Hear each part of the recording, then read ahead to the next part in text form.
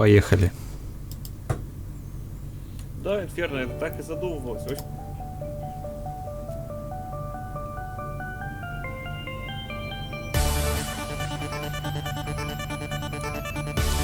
Ром, я нас выключил.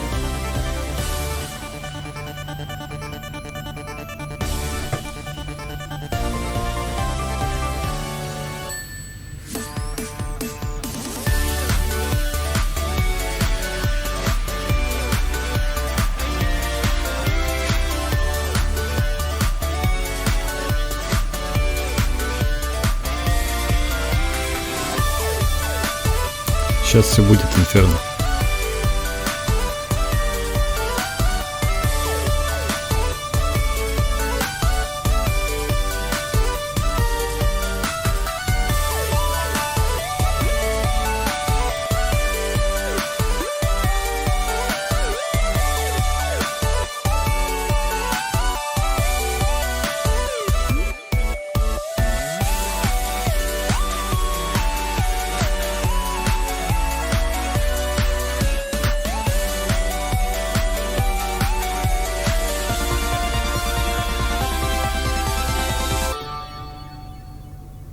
Идем.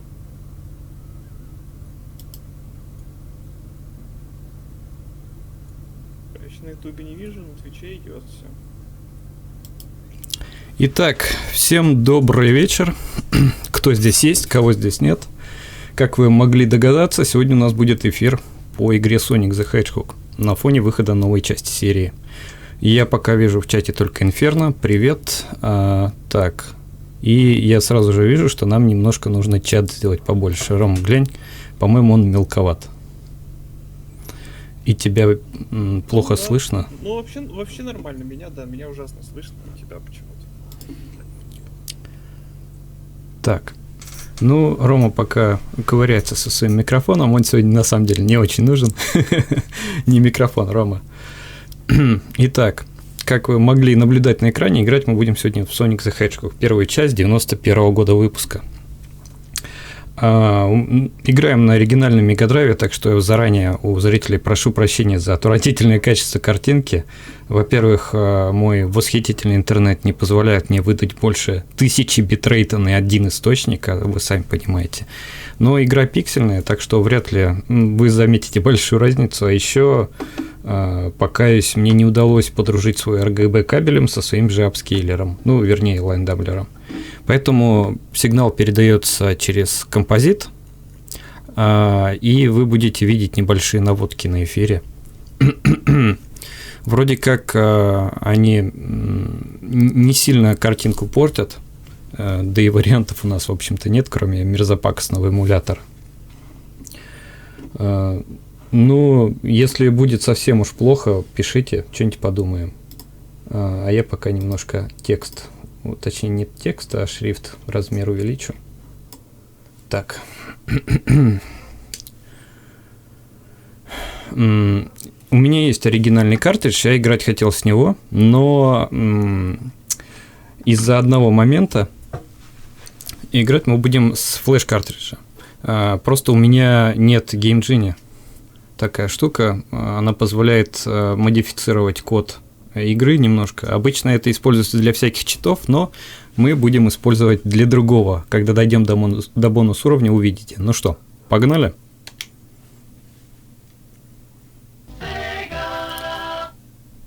Да, и пишите, что по звуку, как где. И все. Встречает нас стартовый экран с пропущенной надписью «Пресс-старт». Она вроде на демо-версиях была, но разработчики так торопились к релизу, что забыли ее добавить. Или закрыли просто в исходном коде. Вообще, в первом Сонике довольно много всяких интересных багов, глюков, особенностей. Многие из них связаны с бешеным темпом разработки оригинальной игры, насколько я знаю. Например, вы сейчас видите, что облака на заднем плане вполне себе нормально плывут, а в английской версии они висят на месте. Не уверен, что я смогу пройти всю игру со своими-то клешнями.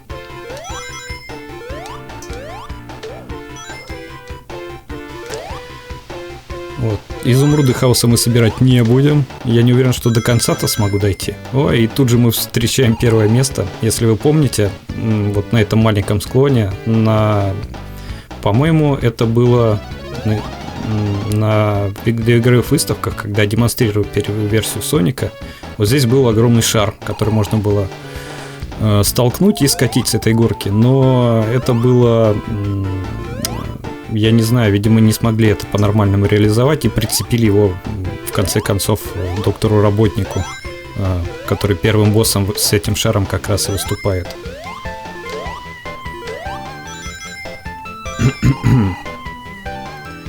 Я тут немножко потравлю пока байки, всякого порассказываю, а потом ближе к середине, когда у меня уже тема закончится, мы почитаем вопросы, посмотрим, что как. Если есть какие-то пожелания, то вперед. Но на бонус уровне мы заходить все равно будем, потому что если там набрать 50 колец, то можно заработать продолжение. А продолжение, я чувствую, нам очень понадобится, особенно учитывая мои способности к прохождению.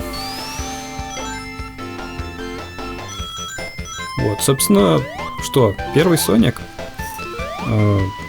23 июня 2011 года мы увидели его таким. Ну, точнее, мы-то его таким не увидели. Его таким увидел весь остальной свет. А у нас он появился, судя по всему, гораздо позже. Если я не ошибаюсь, у нас вообще, в принципе, пиратские приставки начали только в середине 90-х совозить. Опа! А вот и бонус уровень. С ним связана одна забавная история. Как вы думаете, почему бонус уровень такой упоротый? Сейчас он начнется, и вы все увидите сами, если не имели представления до этого, как он все-таки выглядит.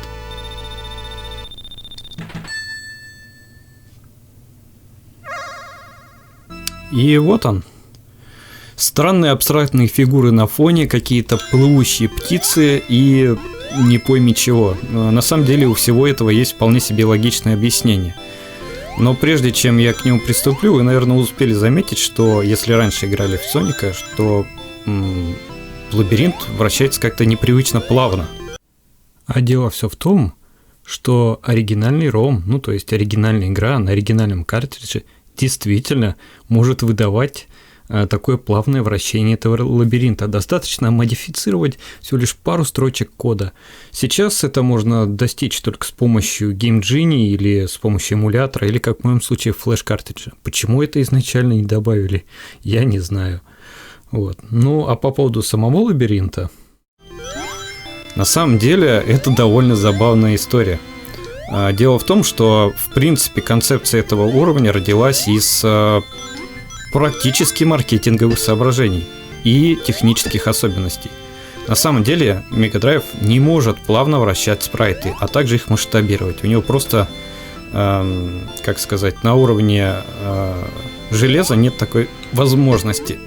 Да, блин. И, значит, программист, который руководил разработкой, все, наверное, помнят, что это Юдзи Нака. Он, в общем-то, и придумал поковырялся и придумал, как вращать эти спрайты. И понеслась, разработчики просто хотели показать, что Mega Drive круче Super Nintendo, потому что у них есть 3 слоя вращения. Если вы видите, то на фоне там плывут пузыри, какие-то абстрактные фигуры, и еще вращается плюс сам уровень. В этом, в принципе, и есть вся концепция. На канале EmuGamer автор брал интервью у главного художника, у автора, собственно, персонажа, у Наоты Осимы. Вот, и он рассказал, как родилась концепция уровня. Давайте я вам сейчас зачитаю.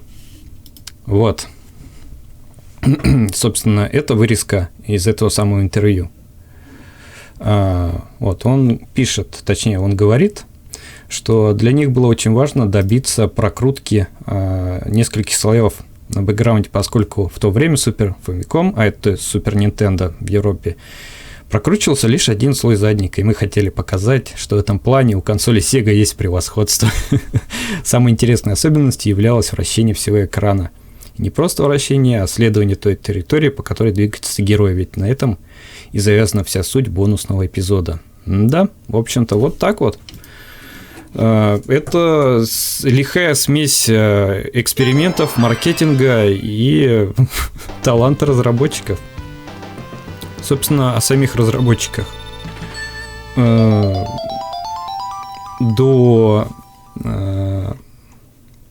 того, как они приступили к разработке, собственно, Соника, по-моему, они все состояли в студии AM8, если я не ошибаюсь. И там уже было парочку старых знакомцев. Это программист Юдзинака и художник Наото Осима. К ним еще присоединился человек, который руководил всей разработкой и являлся главным дизайнером. Это Хирокадзе Ясухара. Они, кстати, не так давно. Ясухара и Наото Осима, они в 2018 году на GDC приезжали и, собственно, рассказывали историю разработки. Всякие там истории из кулуаров, вот так назовем. Ну, значится, они потом взяли еще несколько человек, по-моему, 5 их было, или 8, ну, то ли 5, то ли 8 человек в команде. Я сейчас не упомню, если честно. И приступили к разработке. Соника придумал Наото Осима, он считается его прям папкой, но Наото покинул команду Sonic Team после завершения разработки первого Sonic Adventure. Он, по-моему, в 99-м вышел, поправьте меня, если я не прав. Вот. Бонус, блин. Вот. История самого появления Соника, его разработки, опять же, не является какой-то одной оформленной идеей, которую авторы изначально придумали, они к ней стремились, и получилось то, что получилось. На самом деле это комплекс самых разных идей. Ну, как это водится в Sega в те времена, студии AM8 просто поручили разработку флагманской игры серии. Ну, насколько мы знаем. На самом деле точно утверждать ничего нельзя, потому что мы там не были. Японцам я, если честно, не особо верю. Они довольно скрытные ребята, если вы знаете. Ну, в культурном плане в целом. Поэтому все, что мы знаем, это на уровне интервью и слухов. Но, если честно, мне кажется, совсем им не верить причин нету. Вот. В общем, поручили разработать новый хит, как говорится. И разработчики собрались, и у каждого из них была какая-то своя идея. О чем я чуть... да. На чем я заострю внимание попозже. Казалось бы, главой разработки третьего Соника является Ясухара, Хирокадзе Ясухара. Но на самом деле в то уникальное время каждый человек, который работал в таком небольшом коллективе над игрой, мог внести в нее что-то собственное. Я думаю, такая же ситуация сейчас у нас на инди-сцене. Все. А сейчас вы видели баг-фичу. Если Соник напорится на шипы и тут же на них упадет второй раз, то он умрет сразу. Хотя у него, по идее, сейчас после повреждения действует неуязвимость. Краткосрочная. Ну, как обычно в платформерах. Ну и вообще, в принципе, в играх тех лет. Ну, вы знаете. Итак, на чем я остановился? Ну так вот. Казалось бы, у нас есть глава разработки, Сухара, он все определяет, он решает, но на самом деле все было немножко не так. Вообще идея, концепция этой игры и персонажа в частности, почему Соник это Соник? Какого лешего это вообще ежик, да еще и синего цвета, да еще и сверхбыстрый? Что за бред? Сейчас, конечно, это все воспринимается вполне себе нормально, но как вообще такая концепция могла родиться в головах разработчиков? По тем байкам, что я слышал, Юдзинака, он любил гоночные автомобили. И, собственно, хотел сделать игру про скорость и платформер на скорость. Ведь в то время, как уже, наверное, 1000 раз, 1000 видео говорили 1000 людей, в то время игры не могли себе позволить такой скорости. Так, секундочку. Сейчас будет... Вот прилетел работник на своем драндулете.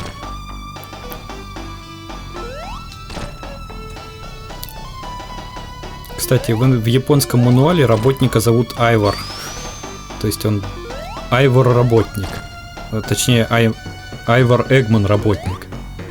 Я, правда, не помню, это в первой части или где-то еще. Но потом это имя выпилили, и теперь он просто Эгман. А работником его назвали в американском офисе. Тогда много чего адаптировали. И все, вот он получил. И можно двигать дальше. Так вот, собственно, касательно истории разработки. Ром, у нас там еще не все разбежались. Инферно не умер? Рома? Рома, ты тут? Рома, видимо, уснул. Так, одну минутку, я проверю сейчас. Рома, ты тут? Рома, видимо, уснул. Так, ну нет, эфир идет. Так, о чем то бишь я? Инферно, если ты еще здесь, если кто-нибудь еще здесь, откликнись, пожалуйста. Так, ну нет, эфир идет. Такс.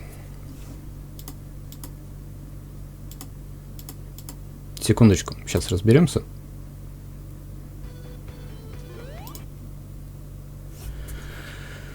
Так. Ну все, можно продолжать. В общем-то, о чем я хотел дальше рассказать? Ну, сразу заметим, что на этом уровне присутствует забавное. Рома умер. Не, я не уснул, я просто слушал эфир, поэтому я тебя выключил. Хорошо. Понятно. Играет Кирилл Инферно. Вот, мы сидим, смотрим. Блин, у тебя периодически битрейт падает. Ой, Ну, блин. вначале было, сейчас нормально. Простите, ребят, я когда перееду, обещаю, что сделаю себе новый интернет, и если эфиров еще от меня будут, то они будут хорошего качества. Оборудование позволяет. У тебя голос лагает в Дискорде, но на эфире он не лагает. Ну и слава богу. Вот я даже умер от восторга. Я как раз для этого, типа, и отключился. Ром, говори погромче. Помню, помни, что тебя очень тихо слышно. Так вот, на этом уровне это мраморная зона, Marble Zone. Здесь на прототипе на небе на фоне облаков летали странные штуки в виде логотипов Sega Saturn. Ну, то есть они тогда еще не были логотипами Сатурна. Ну, такие шарики с кольцами. Их еще НЛО называют. Но потом все выпилили. Вообще задники немножко поменяли по сравнению с итоговой версией. Ну ладно, вернемся к нашему текущему вопросу. Почему Соник это Соник? Я уже объяснил, почему персонаж, который планировался в будущей игре, стал быстрым. Потому что так захотел главный программист Юдзи Нака.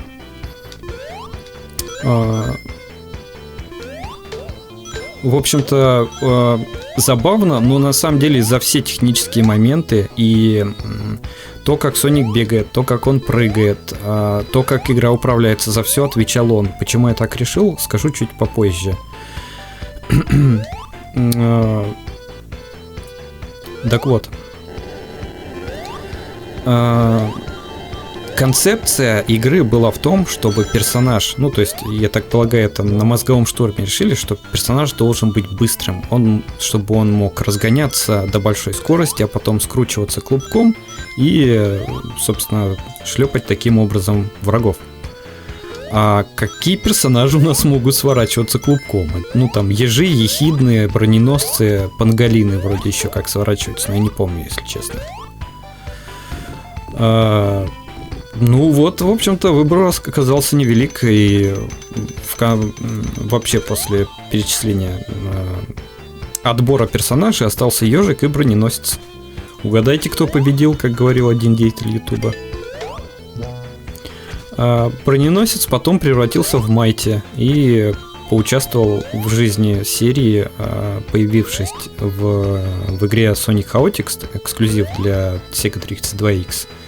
Едва ли не единственный, в который стоит играть.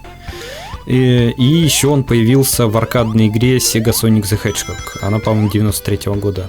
Так, ну, шипы, где вы? Угу. Вот, собственно, поэтому персонаж и стал Соником. Ну, то есть ежиком, прошу прощения. Блин, летучие мыши.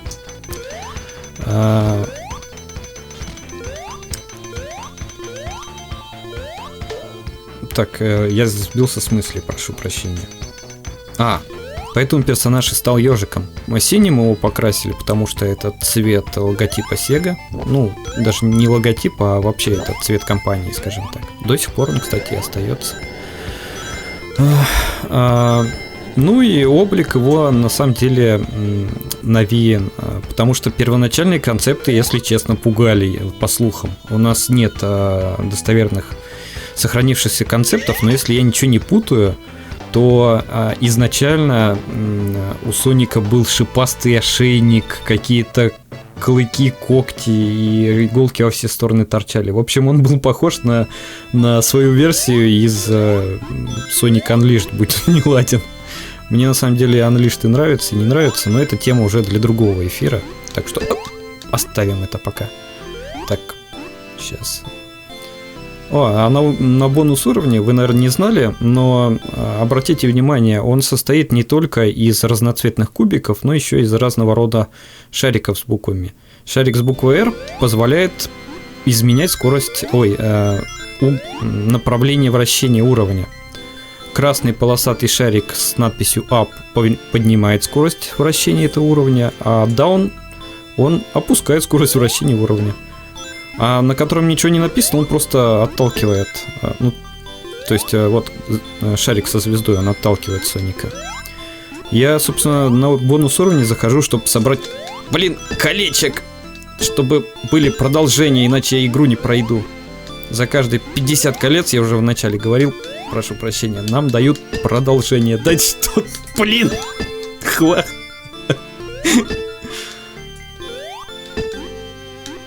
Дайте мне колечек. Секунду, сейчас. Фух, так. Так вот. Изначальный концепт Соника, они довольно были странными. Их, в общем-то, откорректировали в головном офисе Sega. Точнее, не в головном, а в американском, прошу прощения. Потому что в те года, в общем-то, был начальником Том Калинский, и он рулил продвижением Sega и, в принципе, очень многим. Соника немного переделали, и художник Наото Осима, он признается, что он при разработке Соника оглядывался сильно на кота Феликса. Вы, наверное, помните такого, или знаете просто персонажа. Я лично ни разу его не видел, кроме как, грубо говоря, на видео или на картинках. Ну, в смысле, на видео, которые посвящены там играм или мультфильмам. Сам не смотрел. Вот.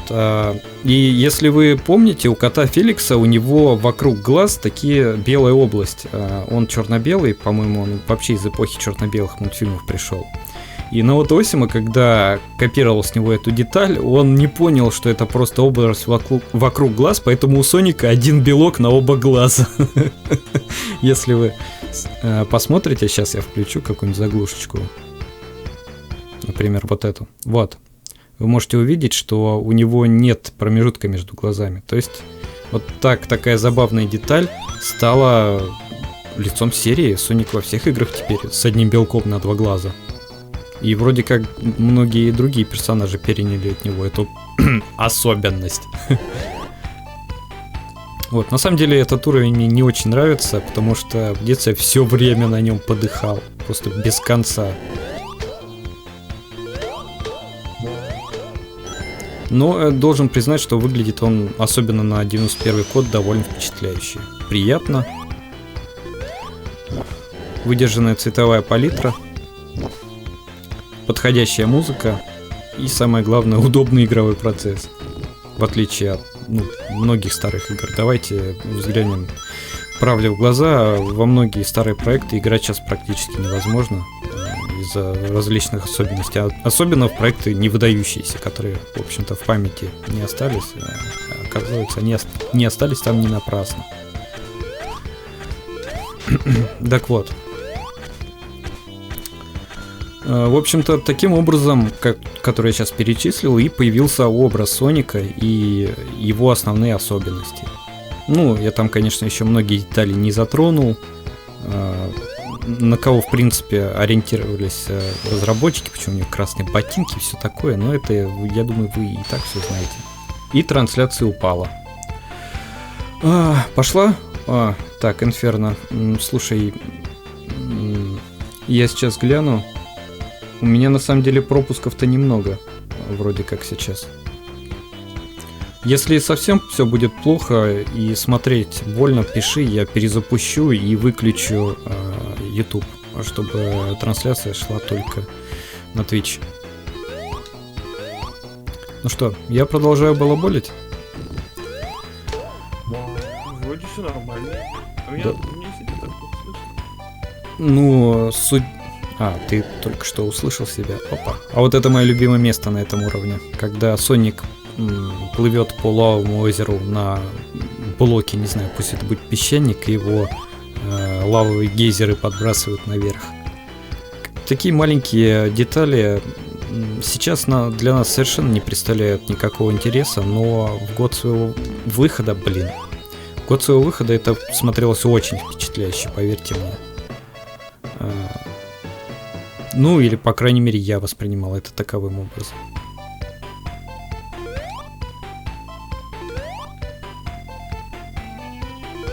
Ром, что там Инферно написал? Так. Происходит с задержкой 2-1,5 минуты? Понятно. Ну ладно. Видимо, чтобы типа меньше лагов, тебе задержку Twitch накидывает.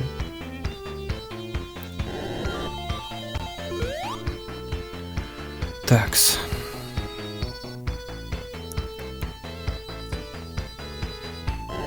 И... Опа, готово.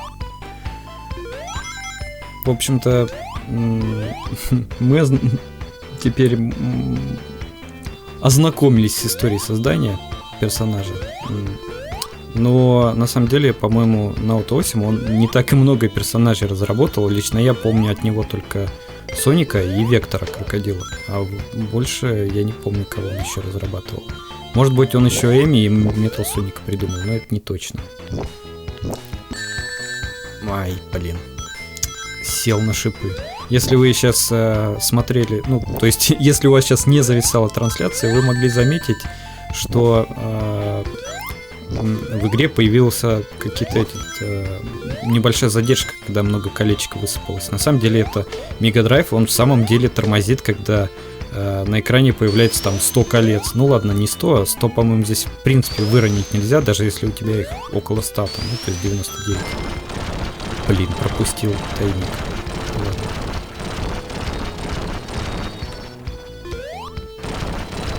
Сейчас мы еще очков наберем, и нам еще продолжение дадут. Или жизнь, я не помню, за 100 тысяч вроде как дают жизнь.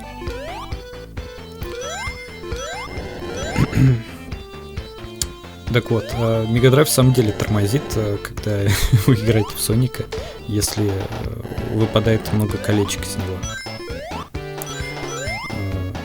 На самом деле, там игры на Mega Drive, они склонны к тормозам, вот в такие уникальные моменты. Как, впрочем-то, и на любой системе. Просто мы, наверное, привыкли, что на консолях все должно работать плавно и без задержек, но вот есть такая забавная особенность. Это еще есть на Super Nintendo. Ой, прошу прощения. Это я помню на NES очень много, и даже на Neo Geo. Так, Инферно пишет. Не особо поклонник ретро-игр, но и у меня есть любимые игры из детства. Warcraft 2, Меч и Магия, Command & Conquer, Red Alert, Tiberian Sun. Да, Инферно, Ты, по крайней мере, можешь понять людей, которым подобное нравится. Но если честно, это, наверное, будет не совсем честно, но я себя не отношу к любителям ретро. К классическим. Мне они, старые игры, нравятся не потому, что я с них батей играл в гараже в 94-м в Мортальник, хочу играть в Мортальник. Нет, мне игры нравятся просто потому, что это, игры. Старые игры — это очень большой пласт истории. Много... Интересно смотреть, как они развивались, от чего до чего дошли, особенно если вы смотрите на кусочек какой-то, то есть на вот отрезок времени, в котором представлена какая-то большая и, скорее всего, знаменитая серия, потому что незнаменитые серии сериями не становятся. Не все, но большинство. Вы можете проследить, как менялся подход к геймдизайну, как менялось воззрение серии, как уходили и приходили авторы, что они с собой приносили или что собирались с собой. Понимаете, это история. Я разделяю мнение, точнее, я понимаю, что нормальным, обычным людям, светским и даже обычным игрокам все это нафиг не сдалось, но людям, которые вовлечены в разработку, которые создают игры или которые следят за ними, все-таки, пожалуй, стоит к этому присматриваться. Возможно, я сейчас, скажем так, предаюсь субъективному мнению, но мне остается только надеяться, что это так. Так, сейчас гусеница уползет. Опа.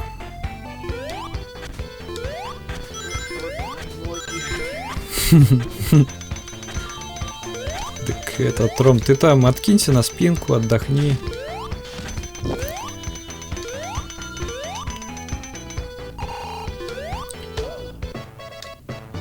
Например, я недавно, год назад проходил Супер Метроид. Первый раз вообще увидел. Если честно, остался в восторге. Игра 94-го года, эксклюзив Супер Нинтендо. Это очень приятное и классное метроидвания. Я до Супер Метроида давненько не встречал таких качественных. Правда, я до Супер Метроида поиграл в Ори, так что, в принципе, уже более продвинутую, скажем, версию данного концепта встречал, но все равно мне очень понравилось. И я сразу же полюбил эту серию Супер Метроид. Если это то место... Да, по-моему, это оно.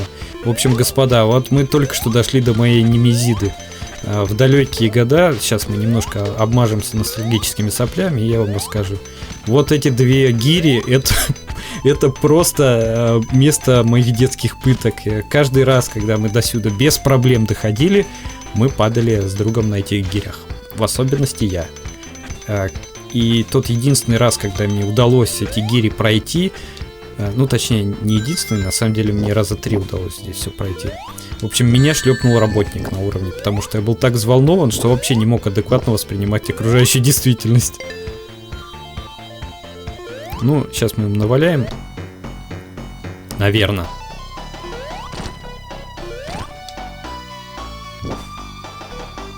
Кстати, вы не видите сейчас никаких показателей здоровья у работника и, наверное, думаете, что это неудобно, потому что вы не знаете, когда босс ослабнет, сколько ему еще осталось и когда есть время рискнуть, а когда нет. На самом деле работнику нужно нанести ровно 8 ударов. Всегда. То есть в первой части, во второй вроде как всегда, в остальных не помню. Вроде в третьей части на мини-боссах это правило нарушено. Но у работника ровно 8 жизней, если так судить. Точнее, не так судить, а если, посчитать.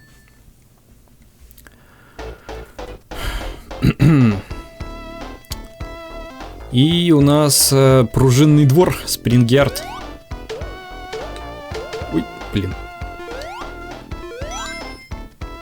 На самом деле на этом уровне в прототипе был другой фон. Это был не какой-то ночной город, а странные абстрактные полоски на фоне гор вроде как. про горы не помню, но просто фон был полосатым. Не знаю зачем, мне вот с городом гораздо больше нравится. А вот на следующем уровне мне гораздо больше уже нравится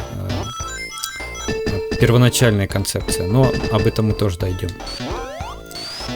В общем, на самом деле, этот уровень, я на нем ни разу не был. Вы спросите, как, почему, если ты доходил в Marble Zone до босса, и его даже один раз победил. Один раз. За все детство. Сейчас я расскажу довольно забавную историю с моим картриджем официальным. Да, у меня в детстве был официальный картридж. Я не знаю, откуда отец его откопал. Видимо, в каком-то обменном пункте.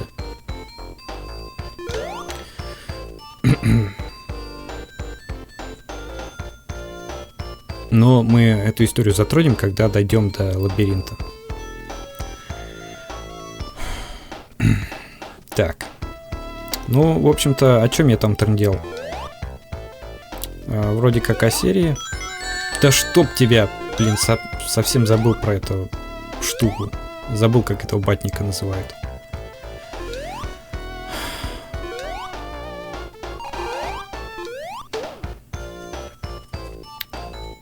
Я, в общем-то, рассказывал о персонаже. Да, Ром?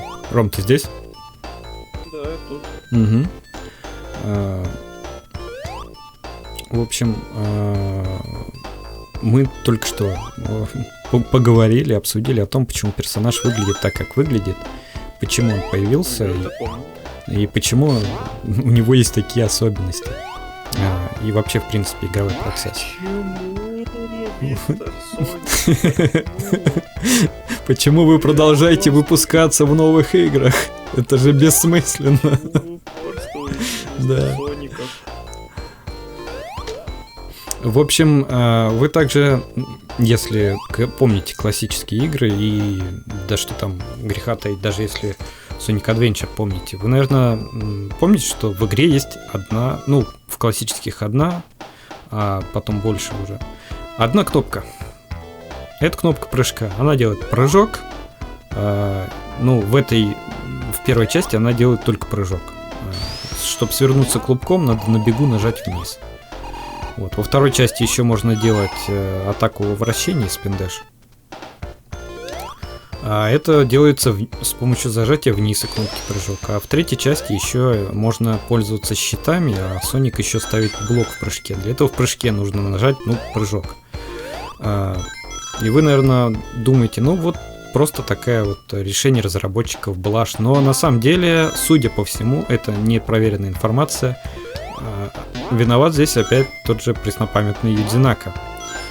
С чего я так решил? Кирь, ты можешь сделать меня в Дискорде погромче или Ром... Дискорд погромче сделать? Точно, блин, какой я тупой. Сейчас я себя сделаю потише и Дискорд погромче. Себя не меняй. Себя оставь. Ром, ты на максималке у меня. Сам Дискорд тогда делай громче. Он тоже на максималке. Почему мне так хреново слышно у тебя? А я в настройках Дискорда разве у тебя не громче? Нет, вот у тебя 100%. Делай. Там громче-то никак? Никак. Я ж тебя попросил, чтобы ты... Я уже подкрутил уже. Крути на максимум. Громкость пользователя ты не можешь выше поставить? User volume 100%. Выше не могу. У меня... В Дискорде, да? Нельзя? Нельзя. А в Windows у тебя громкость тоже максимальная? 100%. Я могу все понизить, но тогда... Не. Да, там начнутся проблемы. Выкручу тебя в максимум. Тебя стало получше уже слышно. Раз, два, три. Да кричи погромче, не стесняйся. Да, блин, стрим запущу, как крикну, потом меня посадят за то, что 600 тысяч человек погибли. Да ладно, нас все равно кроме Инферно никто не смотрит. Ну так вот. Возвращаемся к нашему разговору. Почему в Сонике одна кнопка? Я бы не нашел ответа на этот вопрос, если бы не Balan Wonderworld. Вот такие, что это такое? Никогда не слышал. Но немного потеряли, скажу вам. На самом деле, это игра, которая немного шума подняла пару лет назад. Это игра, в которой уже престарелый Юдзинака где-то нашел Наото Осима, и они под крылышком компании Square Enix открыли новую студию, которую назвали, как бы вы думали, Balan, по-моему, Balan Studio или Balan Project, ну, в общем, по аналогии с Sonic Team.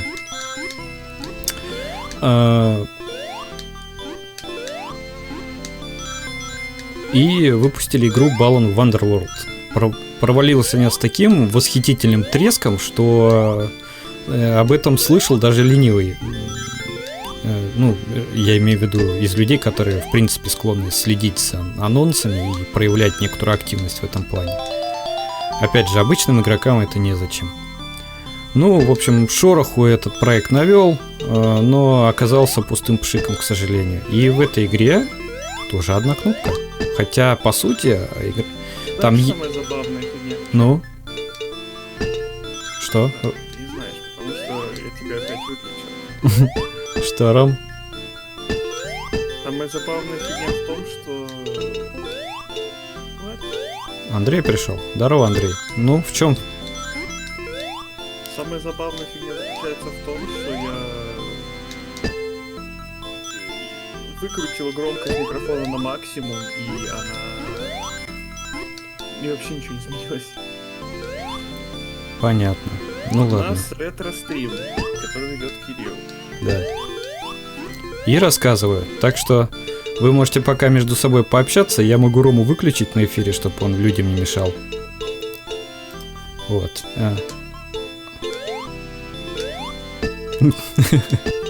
Да. В общем, в чем суть-то?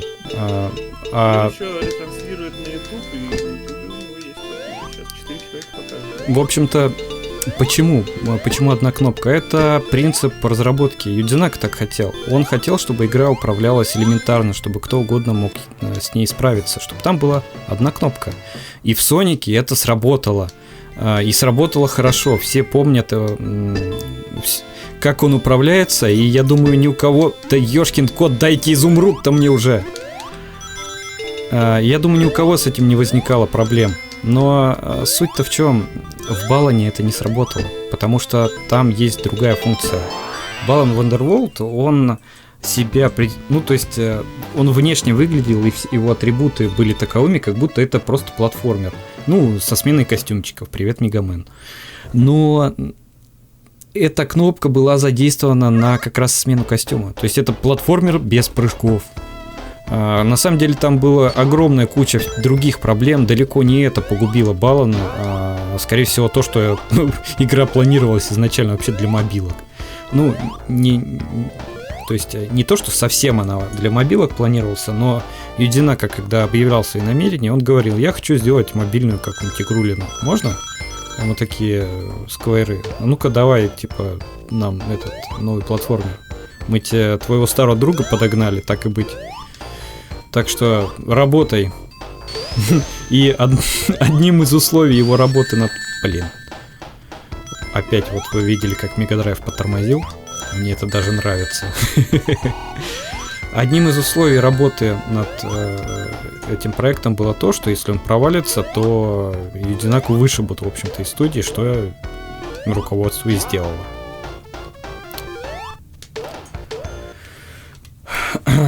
Вот, поэтому Sonic управляется с помощью одной кнопки. На самом деле, когда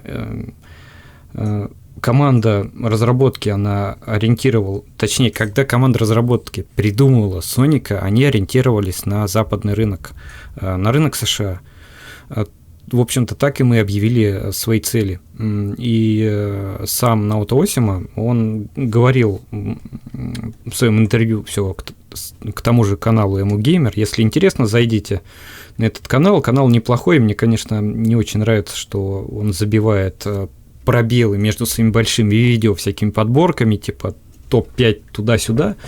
Вот. Но автор над собой работает, он улучшил свою речь и делает огромные просто видео с интервью со всеми, кого он может достать. Например, он там делал историю Sega с интервью с Бенни Столлером, по-моему, руководителем Sega после Тома Калински. Представляете? Он ему позвонил как-то договорился и брал видеоинтервью. Ну так вот, что по поводу разработки. Смотрите, что говорит в интервью сам Наото Осима. Мы хотели, чтобы Соник был быстрый и крутой во всех смыслах. Что имею в виду под словом «крутой»? Он должен удивлять людей и был не похожим ни на одного из персонажей любой Nintendo игры. В то время, когда мы работали над Sonic the Hedgehog, я постоянно покупал различные игровые журналы и следил, какие игры выходят на Famicom и Super Famicom. Для людей невовлеченных я скажу, что это Dendy и Super Nintendo. Обращал внимание на арты, дизайн персонажей из этих игр, но не для того, чтобы черпать вдохновение, а напротив, сделать все полностью наоборот и тем заметно выделиться. В общем-то, в этом интервью мы видим, как сказать, ситуацию того времени, противостояние Sega и Nintendo. Это есть такая книга «Консольные войны. Битва, определившая поколение». От западного какого-то журналиста. Я, к сожалению, не помню этого журналиста, но, если честно, в ней столько воды в этой книге, что в ней много всего интересного, но до этого интересного скучно добираться. И если вам эта история в принципе интересна, Валентин Балахов на ютубе сделал видео, который так и назвал «Sega против Nintendo». В самом начале он пишет, что это, я даже не знаю, фильм можно назвать, основан на книге этого самого журналиста. И кроме того, он добавил огромное количество интервью, причем интервью со звуком. То есть там, по-моему, есть интервью от этого владельца на тот момент Electronic Arts, и есть от интервью, опять же, со звуком от Тома Калински. В общем, оно хорошо срежиссировано, там все приятно смотреть, всем рекомендую, если, опять же, вас эта история заинтересовала. А также я не рекомендую смотреть видео с канала Stupid Mad Worlds, который пишет там про крах Motorola, если помните, и всякое такое. Он недавно выпустил историю краха Sega. И это практически 100% копия фильма Валентина Балахова. То там те же блоки, теми же словами про те же вещи рассказываются, и он даже не упоминает, что тоже брал за основу ту же самую книгу. Если честно, мне кажется, человек, который писал текст для Stupid Mad World, он просто взял и стырил все наработки Валентина, и мне, если честно, было за него обидно. Так не надо так делать. И кроме того, там нового, вообще ни слова. Ну ладно, покаюсь, в конце история краха Сеги от Stupid Mad World есть один крайне интересный блок на 2,5 минуты. Ладно, я не помню, но он коротенький. Дело в том, что, грубо говоря, Sega, когда проиграла в консольной войне, она была на грани разорения, и один из ее главных инвесторов, он вложил огромное количество средств в этот Sega, простил ей все долги и таким образом спас от банкротства, потому что в противном случае Sega ждало бы просто распродажи на аукционе всего ее интеллектуального имущества, да и остального, наверное, тоже. Но суть в том, в этой истории, то есть, как говорится, красивая история. Жаль, что она вся является ложью. Потому что на самом деле этот человек, наоборот, сделал все возможное, чтобы Sega разорилась. Именно он настаивал на всяких странных решениях руководства, подсаживал своих людей, которые саботировали буквально разработку. Об этом я расскажу чуть попозже, если вы захотите. Пишите, я, в общем-то, могу рассказать и про это. История занятная, правда, из уст этого, кажется, меня сейчас расплющит. Нет. Правда, она подана устами американского журналиста, опять же, то есть я не склонен верить этому прям на 100%, но у меня нет причины как-то опровергать эту информацию. Вот. И, в общем-то, этот самый человек Сегу и погубил, Сегу как платформодержателя, потому что он мечтал, чтобы Sega была этим софтверной компанией. И приставки ему эти вот игры нафиг не были нужны. И я сейчас не про руководителя этого игрового направления Sega, не про Хаяо Накаяму. Хаяо как раз вроде как хотел, чтобы Sega migrate again. Ладно, хватит тут затирать про всякие Сеги и толстых мужиках в дорогих костюмах. Вернемся к нашему Сонику. Фух. Давайте сейчас брошу рандомный факт, просто чтобы эфир разбавить. На самом деле Соник впервые появился, ну вы, конечно же, об этом знаете, не в своей игре впервые. Он появился в аркадной игре Red Mobile. И это было апрель 91-го. То есть он появился в играх еще до анонсов своей первой самостоятельной игре. Ну, он там в роли брелка болтался в салоне спортивного автомобиля. Ой, так, я, кажется, сейчас... Опа.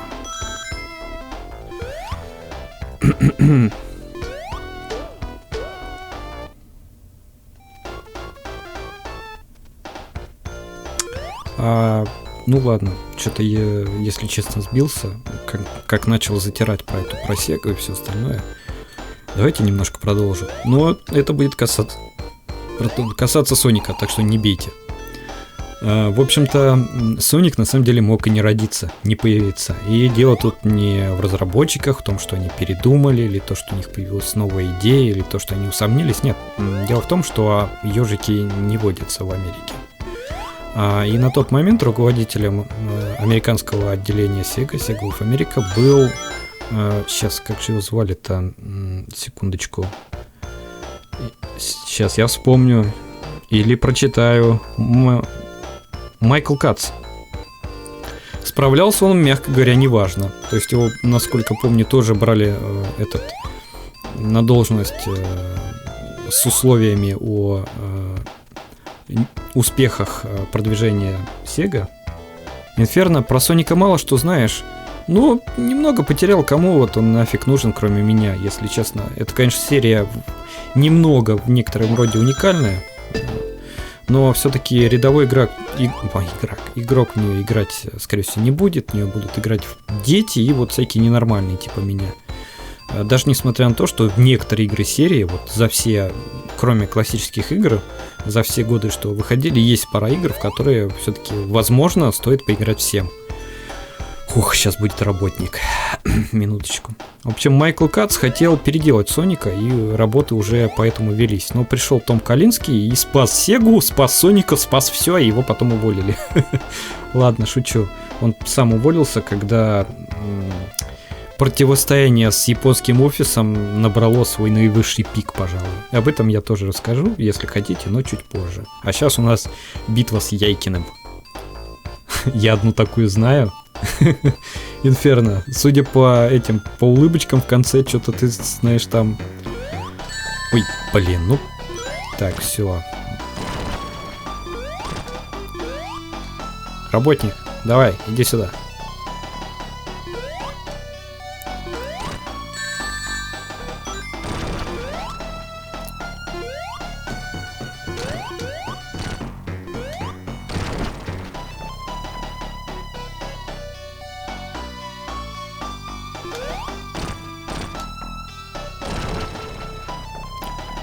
Ну все, сейчас он...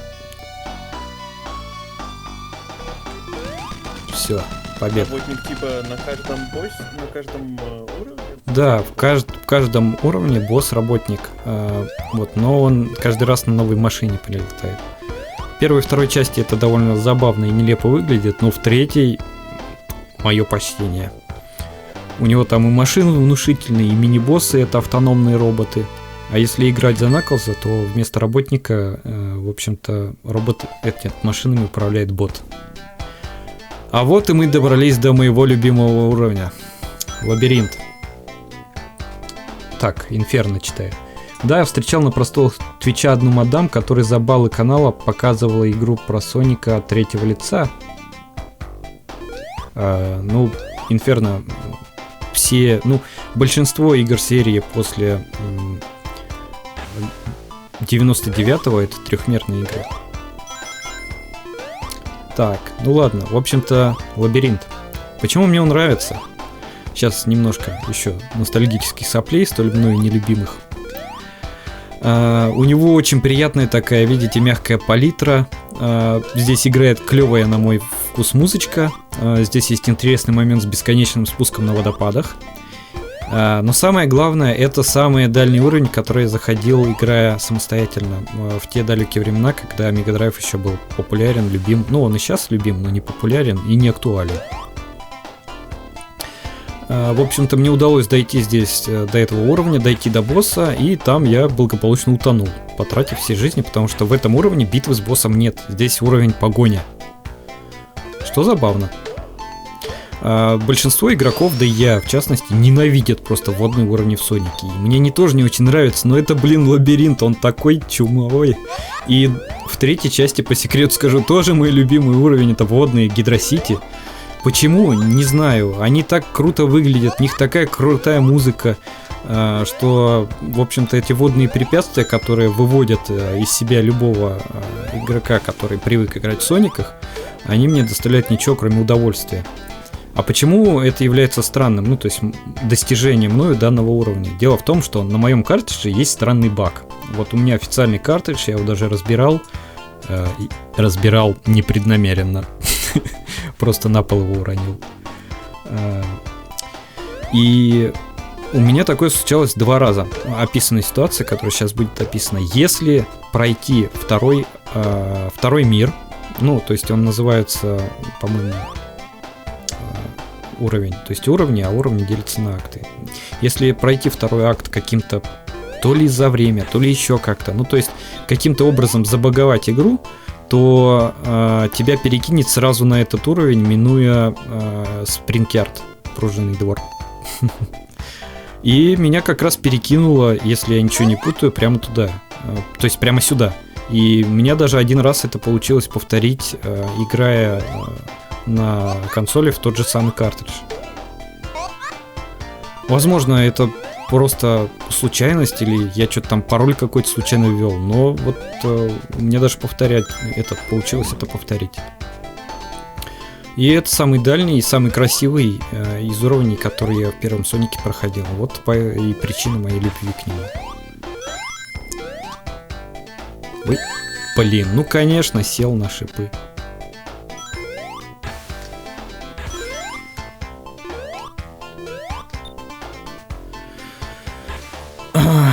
Так, ладно, продолжаем обалденное в кавычках прохождение.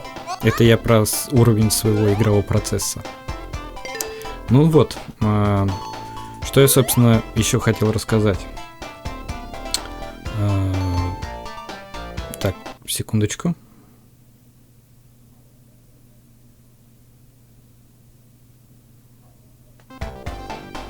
Так, сейчас главное не сесть на эти колья. Так, все, хорошо. Ой, только не эти звуки. Вы слышали, ребята? В мои детские годы это страшный, просто самая страшная мелодия была, которая могла меня поднять посреди ночи с воплями. Если бы мне кто-то это включил поздней ночью на ухо, я не знаю, меня бы инфаркт хватил. Ничего более напряженного, чем мелодия, которая появляется, когда у Соника кончается воздух в воде, я не слыхал до того момента.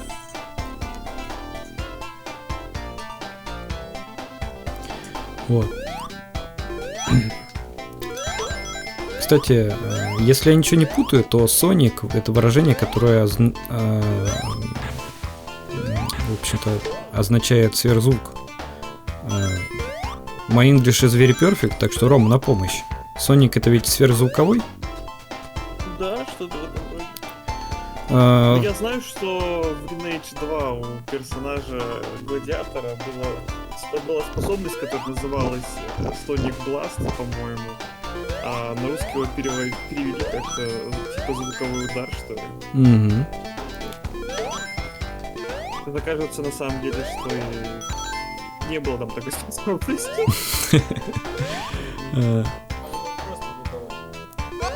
Может быть, да. Ну, в общем, хотя энтузиасты, я не знаю, кто и зачем это делал, но энтузиасты уже посчитали какой, в общем-то, в оригинальных играх, ну, конкретно в первой части, Соник набирает скорость. И даже при самом оптимистичном натягивании совы на глобус, он не может разогнаться выше 100 километров. То есть это где-то порядка в 10 раз ниже скорости звука.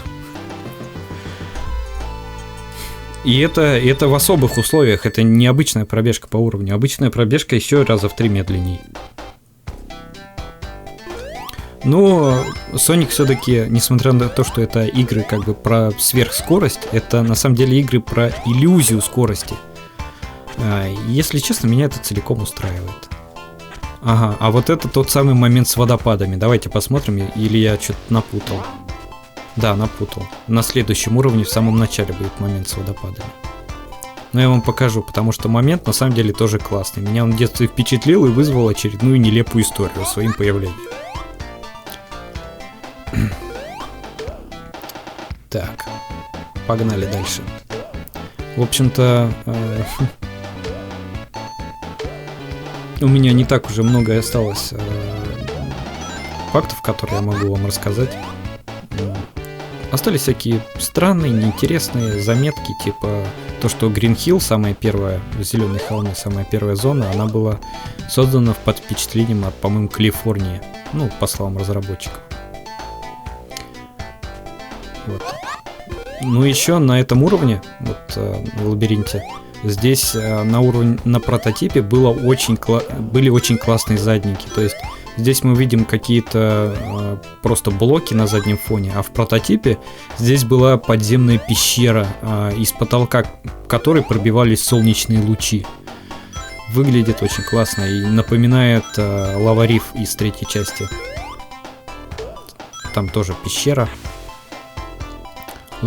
Лава-риф, кстати. Ладно, про третью часть я расскажу как-нибудь потом. Если, конечно, кому-то будет это интересно. Так что вы, ребята, не подписывайтесь.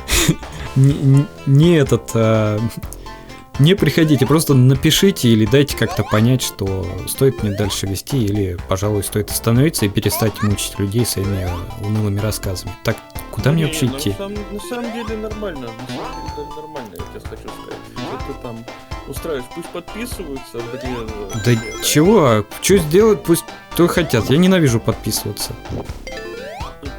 Какая разница, что там? Вот. Вообще никто не спрашивает. Ладно, все. Работаю, хозяин. Начальника, работаю. Вот это вот не надо. Ладно. Это цитата из нашей Раши, ничего не знаю, это фильм, это комедия, это закон о пародиях. Так. Да, блин, отстань. Неделю сидеть. Да. Если неделю. Да ёшкин кот, я же Ладно. Кстати, я тут что-то вспомнил, взглянул на свой блокнотик и вспомнил. На той конференции GDC 2018, о которой я вам рассказывал, называлась она, по-моему, Classic Postmortem. Наото Осима, он еще и аниматором был, если что, на проекте, хотя у него не было опыта в анимации. Он хотел сделать Сонику танец. Но на картридже, разумеется... Да я же нажал вниз-то. На картридже просто не хватило места, ну или времени ему уже не хватало. Поэтому Соник остался без танцух. Также у него должна была быть рок-группа, которая бы не была в игре, но она бы играла музыку на экране саунд-теста. Если не знаете или не помните, что такое саунд-тест, то это довольно забавная штука из тех времен. В общем, на картриджах был прямо в меню пункт саунд-тест. И он позволял прослушать музыку из игры. То есть вы выбираете любую мелодию и... Да... Блин. И она играется в реальном времени с картриджа. Некоторые современные любители ретро-консоли, они даже свою музыку таким образом пишут и записывают на картридже. Я помню один прецедент, японская студия сделала для этого, для NES, ну то есть для Dendy. сделала целый альбом и записала его на картридж. Ага. А вот и мой любимый момент, смотрите. Сейчас Соник попадает в водопады, катится по ним, катится. В общем, я так просидел минут 15. Хотя уровень заканчивается, если вы проведете 10 минут, Соник умрет. Так что не 15, наверное 5, а может у меня и умер Соник. Короче, это место бесконечное. Он так и будет бесконечно падать вниз. Меня, если честно, это впечатлило и даже немного насторожило. Я представил, как несусь по водопаду в какую-то бездну. Вот. На самом деле хитрость тут никакой нет. Просто надо запрыгнуть на уступ, на котором расположена кнопка.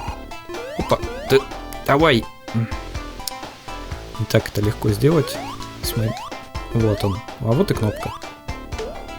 После ее нажатия открывается проход в этом самом водопаде. Вот он. Опа. Если бы мы дальше катились вниз, то, закрылся. Этот проход был бы, по-моему, на каждом этаже. Ну, то есть это просто зацикленный кусочек уровня. Вот. А еще вы, наверное, все помните при включении, точнее помните и видели сейчас, когда запускались, знаменитую, ужасно пожатую и плохо играющую фразу «Sega». Так вот, эта фраза, этот звук занимает на картридже, по-моему, 1/6 место или 1/8. То есть там где-то от 10 до 20% всего места на картридже занимает только эта фраза. То есть вот этот весь экран.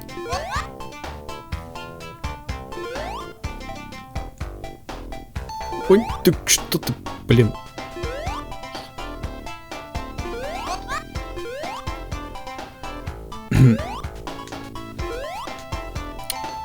В общем-то, место на картридже впритык, как вы могли понять. Музычка, кстати, тоже классная и написала ее не кто-нибудь, не какие-то там внутренние композиторы, а настоящая по-моему, поп-рок, кажется, называется. Я не разбираюсь особо в музыке, но, в общем, это написано настоящим этим. Опять. Настоящим музыкантом. То есть, который занимается не игровыми саундтреками, не пишет их для фильмов или еще для чего-то, а вот он пишет музыку. Точнее, писал, потому что я не могу это не упомянуть, но в 3-й части серии музыку писал, кто бы вы думали, Майкл Джексон. Вы прикиньте. Вот, правда, потом у Майкла случился небольшой инцидент с несовершеннолетними.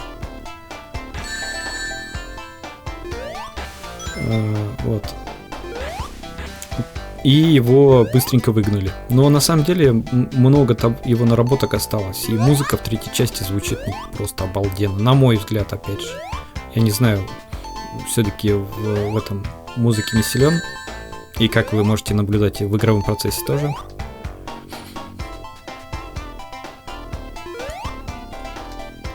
Вот сейчас игра опять тормозит, кстати, из-за того, что слишком много объектов на экране, я думаю.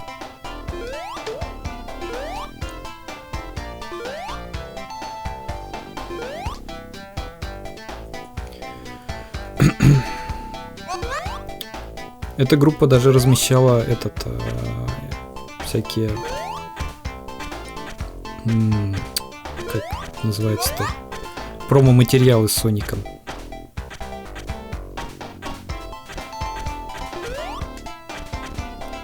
На своих этих автобусах, на которые они там ездили, и в принципе на промо-материалах. Фух, так, выбрались. Как вы можете заметить, Соник из... И как Pixel Devil в своем видео говорил, из самого быстрого ежика превращается в самого медленного. Я на самом деле с этим не совсем согласен, но действительно на некоторых уровнях, например, в том же лабиринте или спринтерте, скорость изрядно так падает, надо быть очень внимательным. И на последнем уровне тоже. Она там называется Scrub Brain, кажется, или как-то так. Это, в общем-то, черта, присущая большинству игр, но в третьей части с этим очень хорошо проработали. Там на каждом этапе, от самого простого до самого сложного, есть и свои скоростные зоны. Так, я не допрыгнул, да? Допрыгнул. Вот и свои платформенные. Так, кнопочка. Готово. И свои платформенные отрезки. И, на мой взгляд, вообще третья часть — это классической трилогии со своим DLC, скажем так, если вы понимаете, о чем я. Это самая лучшая часть серии. Зачем я приехал на этом лифте сюда, кто-нибудь не скажет? А, вот зачем. Чё? Так. Я, кажется, заболтался и вообще запутался.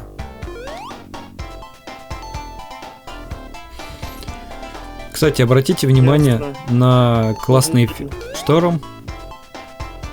Говорю, уволен. Погоди. Заболтался, уволен. В общем, обратите внимание на клевый эффект на фоне. Он так покачивается, как будто, ну, взгляд через толщу воды. Ну и сами декорации, даже, по-моему, нет, Sonic нет. И сами декорации, по ним тоже происходят небольшие волны. Это все, нам кажется, привычным и вообще, ну, есть и есть, подумаешь, добавили эффект. Ну, выглядит нормально, да, но это же водный уровень. Но, опять же, Sega Mega Drive такого делать не умеет. Все это, что мы видим, это результаты трудов многих талантливых людей. Ну, конкретно главную роль на себя взял Юдзинака в разработке оригинальных частей серии. Программист, он, видимо, очень классный, а вот разработчик из него, ну, то есть руководитель, видимо, так себе. Потому что он, на самом деле, в 2005-м, кажется, свалил из студии во время разработки злосчастного Соника, его называют Sonic 2006 или Next Gen, потому что по документам он называется так же, как первая часть, Sonic the Hedgehog, из-за этого возникает путаница. Он, в общем-то, ушел из Sega и основал свою независимую студию. Она называется Probes. Но они за время своей деятельности... Сейчас помру. Опа! За время своей деятельности, ну, ничего впечатляющего не выдали. Единственная вообще большая игра, которая у него была, это Rodea the Sky Soldier, если я не ошибаюсь, для Wii U. Вы вообще помните, что такое Wii U? И что самое забавное, у нее разгромные оценки, и более-менее нормальные оценки этой игры есть только для версии Wii, которая разрабатывалась вообще другой студией. Как говорится, позовите Wii. Позвали.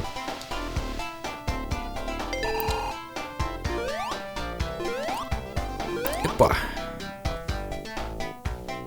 Ой, чуть не потонул. Точнее, чуть не раздавил. Скоро будет работник на своем драндулете, и за ним надо будет гнаться. Ох, ребята, не знаю, пройду ли я это. О, вот 150 тысяч очков и дополнительная жизнь. За 150 тысяч очков получаешь жизнь, за 100 колец получаешь жизнь, за 50 колечек в бонус уровне получаешь продолжение.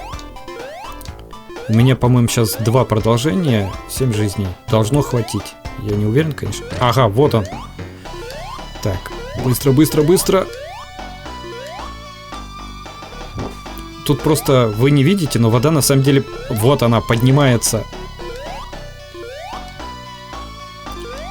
Если проявить нерасторопность, то потонешь. Вот это место, это край, до которого мне доводилось доходить. Все, колечек нет. А, вон и поверхность. Главное не помереть сейчас. Фух, получилось. Все, дали пенделя Яйкину, и он улетел. Это такое, ну, прозвище, он же Эгман, то есть Человек-яйцо. Вот его и называют Яйкин. Фух. Вот это вот. Злющая пошлость. Вот. Мы дошли до Starlight. Мне тоже нравится очень эта область. Мне тоже классная музыка и фон. Мне нравится, как глупо ведут себя звезды на фоне. То есть они выглядят не как звезды, а как потолок. Кстати, вот эти бомбочки трогать нельзя. Они сами по себе ранят, когда ты на них прыгаешь. И когда взрываются, из них вылетают шарики, которые тоже могут нанести Сонику вред. Так что опасные штуки. Если у вас с этим, со звуковым сопровождением все хорошо, смотрите на картинку, наслаждайтесь звуком. Ну, если у вас, конечно, нет аллергии на чиптюн. То есть сейчас-то это называется чиптюном, по идее, такого рода музыка.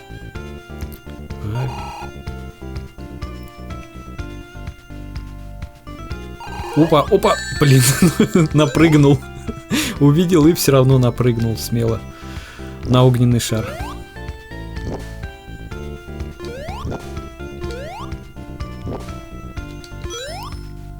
Слабоумие и отвага. Опа. Интересно, до куда он долетит?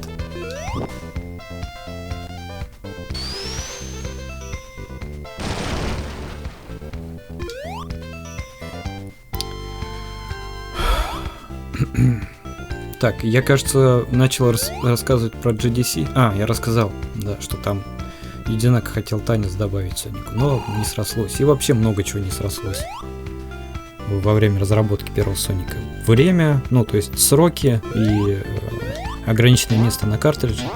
Сейчас-то, конечно, ну как сейчас, даже в 93-м это уже совсем не было проблемой. Но это игра 91-го года, ребята. Вы должны понимать, 91-й год это для Sega... Ну, то есть, если я ничего не путаю, сам Mega Drive, он вышел на рубеже 88-го и 89-го года. Вот. Сейчас давайте я даже залезу и проверю, потому что от балды не помню, когда он начал продаваться. Секунду.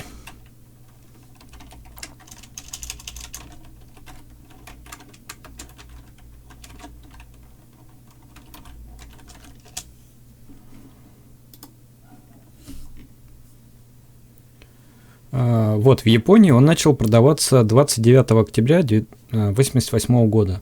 В следующем году, в августе, он поступил уже в США. Вот, и еще позднее, там под конец года, уже в остальные регионы поехал. А еще, по-моему, даже официально, ну, то есть Sega Mega Drive официально продавалась в России с 94-го. Вот. И 91 год, особенно учитывая, что Sonic это игра для западного рынка, все, продолжаю играть, это, ну, относительно ранний этап жизни консоли. Вспомните все остальные, ну ладно, не все, многие консоли, которые мы застали, будучи в сознательном возрасте. То есть, допустим, это PlayStation 2, PlayStation 3, PlayStation 4, PlayStation 5, там какой-нибудь Xbox Original, или может быть 360, если он у вас был. Так, я опять упал. Ну что такое?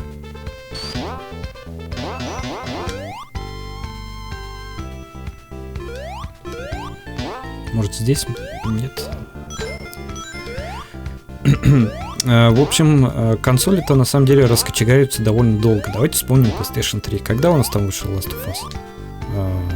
По-моему, в 13-м, нет? Ром, не проверишь? Без понятия вообще. Вчера? Проверил. Проверяй. Сейчас, секундочку, я сам проверю.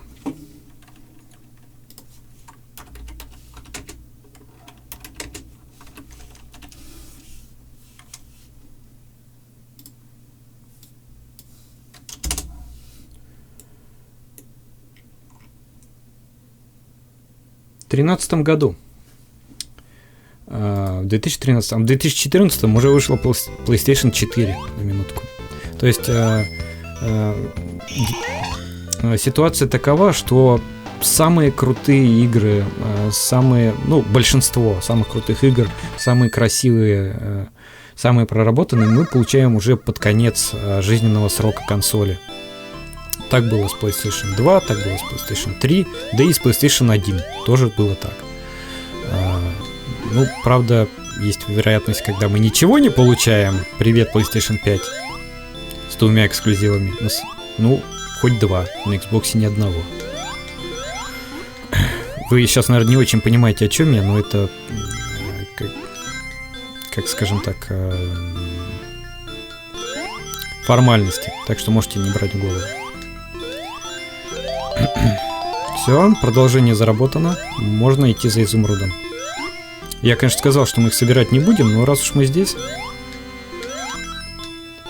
То есть я имел в виду, что мы специально их не будем собирать. Я на самом деле до этого бонус уровня, вот конкретно этого, тоже ни разу не доходил. Ага. Если собрать все изумруды в этой части, в первой, на самом деле ничего особенного не случится. Просто вы увидите как бы истинный экран этого игры, истинный экран, истинную концовку. А она на самом деле является просто немножко расширенной оригинальной концовкой. Вот. И если все изумруды не собрать, то после завершения игры появляется, ну, что мы, скорее всего, увидим в этом прохождении, появляется доктор-работник, который, в общем-то, жонглирует изумрудами, и там написано «Try again». Спасибо, но «Try again» я делать не буду.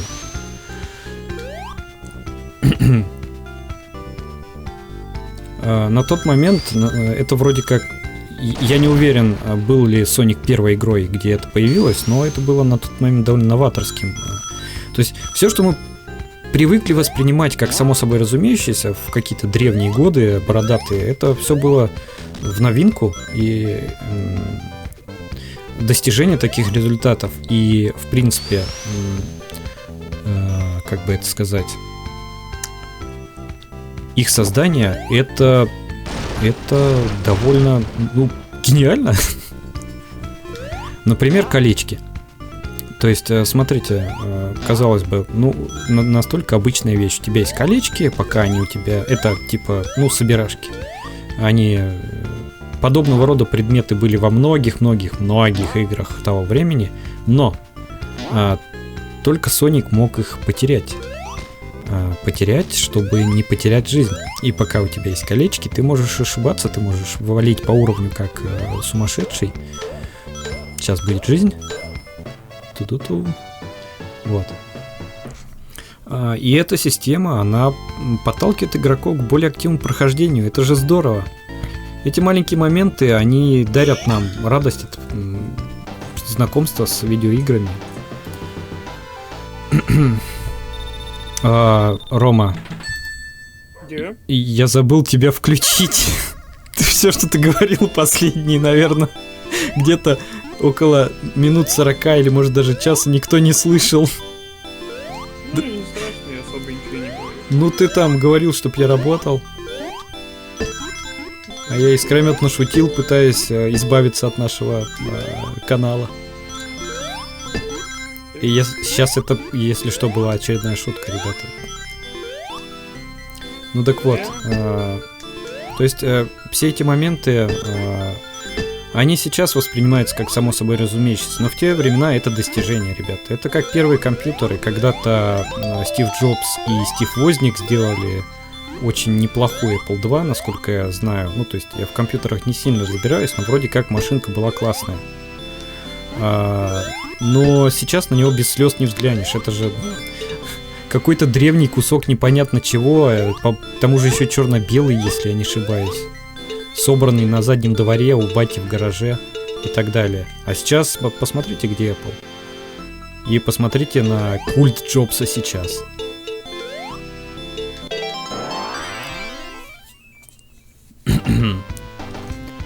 Так, у нас уже 5 изумрудов, осталось 2. Вряд ли я, конечно, их соберу, но было бы здорово. Еще одно продолжение. Отлично. Ребята, у нас появляются шансы на прохождение. Ну так вот, о чем ты бишь я? О уникальных механиках.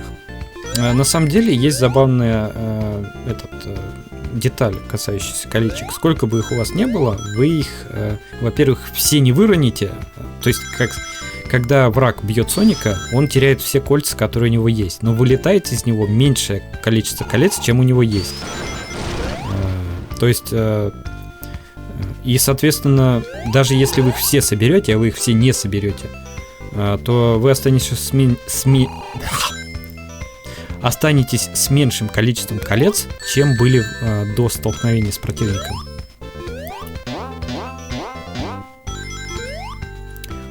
Ну еще я забыл упомянуть про этот замысловатый дизайн уровней.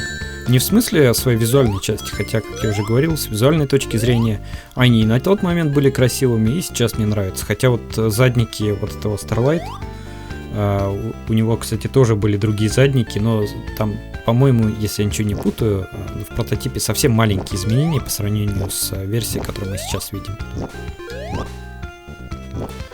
Вот. Дело в том, что вы можете вспомнить игру до Соника, в которой можно было бежать по верху, бежать по низу,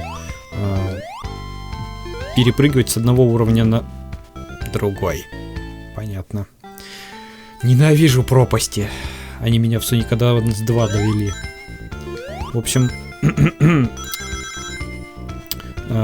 можете вспомнить другую игру с такой же свободой действий. И давайте сейчас не будем углубляться в какие-нибудь JRPG, где большой мир, который состоит из одинаковых домиков и так далее.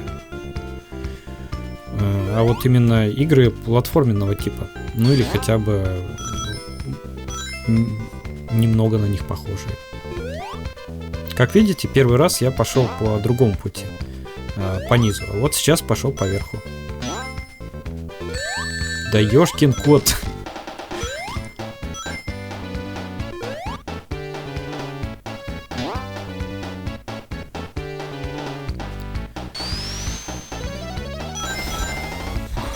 Да, что-то туго у меня, ребята, идет в этот раз. В смысле прохождения. Довольно напряженно, на самом деле. Я даже немного устал. Если честно, количество актов и зон первой Соники, на мой взгляд, оно немножко утомительно. То есть каждая зона состоит из 3 актов, и акты довольно большие. Пока ты их все пройдешь, уже успеешь устать. А вот во 2 и 3 актов осталось по 2 штуки. Они стали гораздо более структурированы, гораздо лучше структурированы. Там из красных моментов больше появилось уже во 2. Хотя на самом деле, опять же по секрету скажу, мне 2 Соник не нравится. И дело тут не в объективных, это совершенно субъективная и совершенно нелепая причина.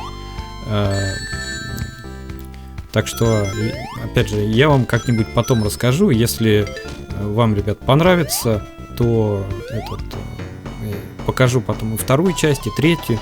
Я бы показал все игры серии, но проблема в том, что у меня сейчас нет соответствующего железа. На богомерзких эмуляторах я не хочу играть.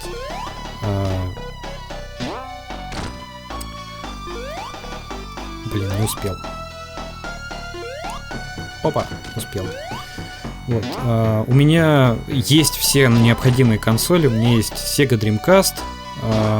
Единственное, у меня нет Sega Saturn для того, чтобы... на Sega Saturn, если честно, ни одной нормальной игры про Соника и не вышло. Там вышло 2, кажется, сборника классических игр.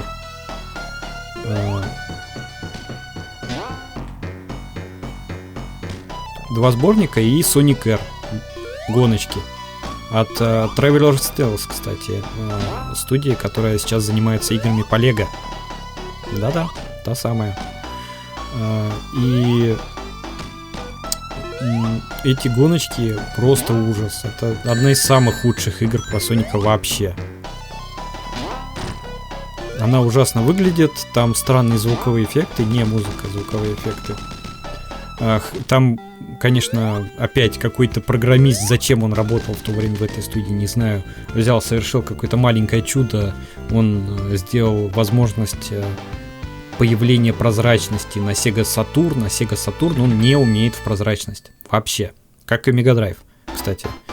То есть, а вот и Scrap Brain Zone тоже крутая музыка, и на заднем фоне какие-то урбанистические предприятия, такие технологичные. Ой, урбанистические.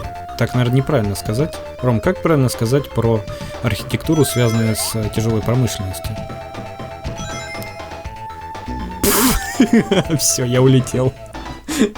Не знаю, что тебе по этому поводу сказать. Ладно, давайте тогда назовем технологические. Пускай мы же друг друга поймем, да? Это, конечно, уровень просто... Короче, сложный. Будет больно. Все, Андрей, уходишь? Ну ладно, давай, покеда. Так, а вот здесь есть интересный баг, он используется спидранерами. Если Соником присесть около этой двигающейся детали, то он пройдет сквозь стену. Его вытолкнут немножко подальше. Повторять его не буду, потому что не помню, как из него выбираться. А если сейчас нажать Reset, то всю игру придется проходить по новой. Это и так уже финальная зона.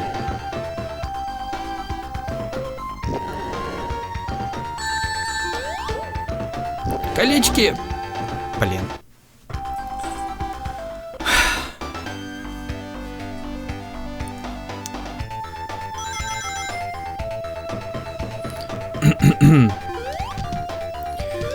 Ну, в общем-то, касательно разработки, у меня уже практически я все сказал, что помнил, что мог вам рассказать. Мы уже на последнем уровне, я надеюсь, мы скоро закончим уже это прохождение. Такие проекты, они рождаются от большой любви разработчиков к своему делу, и от этого выигрывают в результате все. Большие толстые дядьки получают много денег, разработчики занимаются любимым делом и получают заслуженное уважение и славу. А больше всего выигрываем мы с вами. Мы получаем чудесные игры. На самом деле, вот если опять вернуться все к тому же интервью, давайте я сейчас зачитаю последний мой отрезочек, который все из того же интервью с канала Emu Gamer. Вот.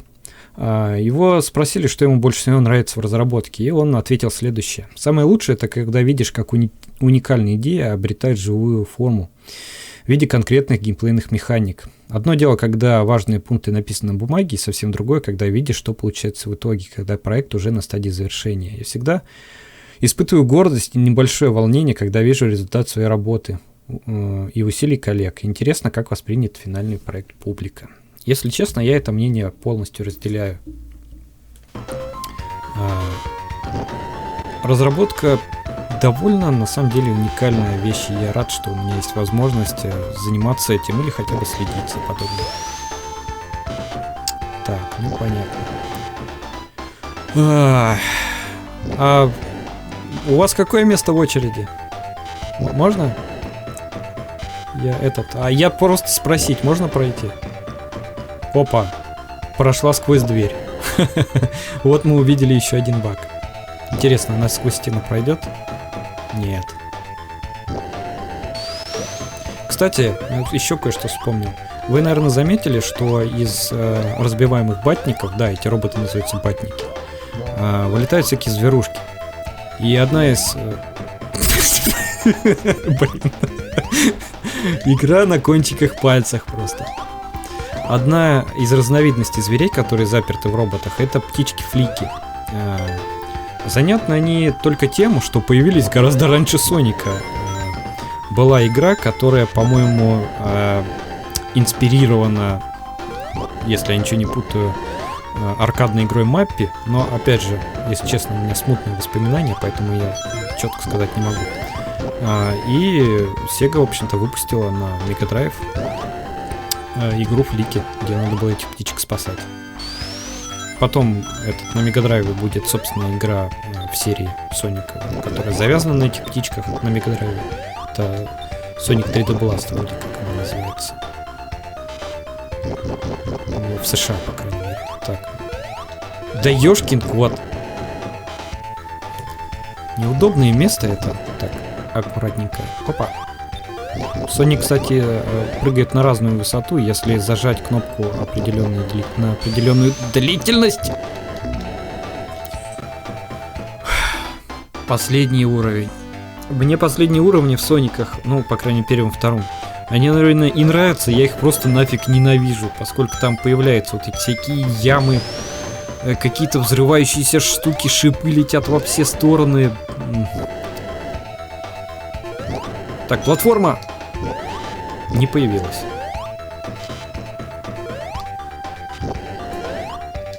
Надо было подождать. Опа, опа, да что ты? Ну, последний уровень, ребят. Оп.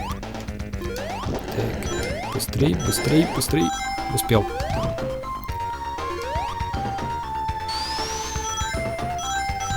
Так, отлично.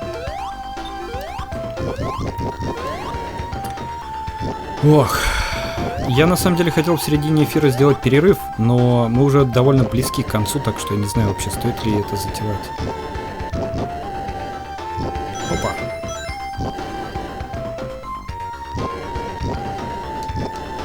Это что такое?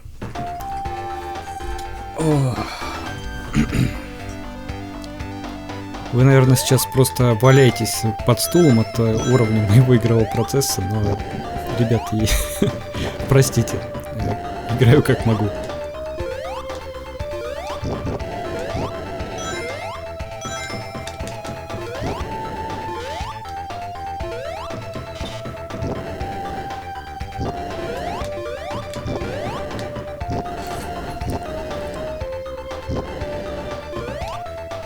Вот переносим еще. Так, раз, два, три. Готово.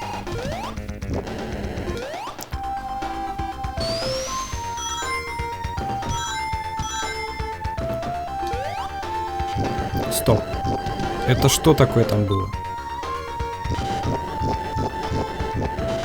Даже думать не хочу, что случится, если я туда спущусь. Так, пойдем. Мы пойдем другим. Нет, не пойдем. Ладно, господа, сейчас будем ковыряться с вот этими платформами.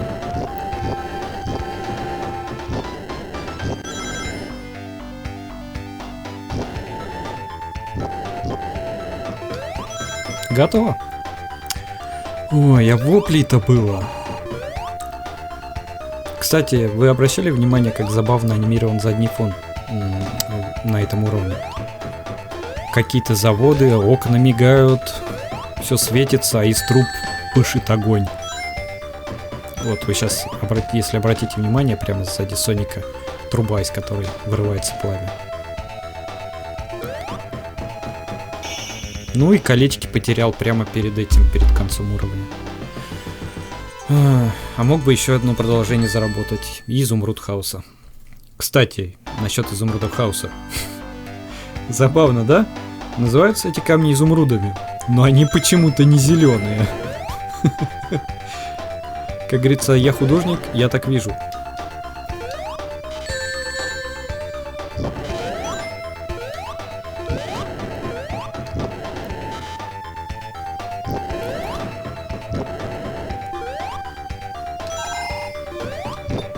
Ну, я сказал практически все, что хотел. Ну, то есть про первую часть. Про вторую, третью мне не хочется сейчас много затрагивать, потому что, чтобы оставить все эти истории на следующие эфиры, и чтобы не смазывалось все это в одну жирную кашу. Хотя, знаете, судя по тому, что я сказал, не особо жирная и наваристая каша получается.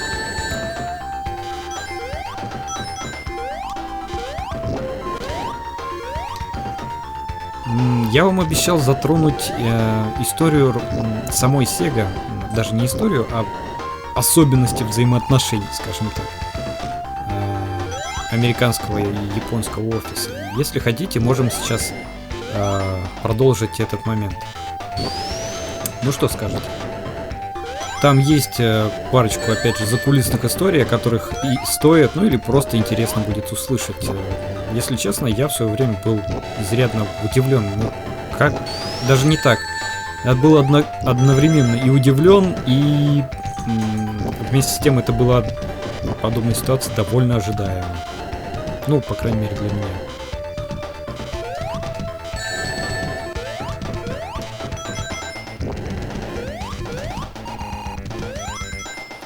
Ром, ты где? Что скажешь? Есть желание?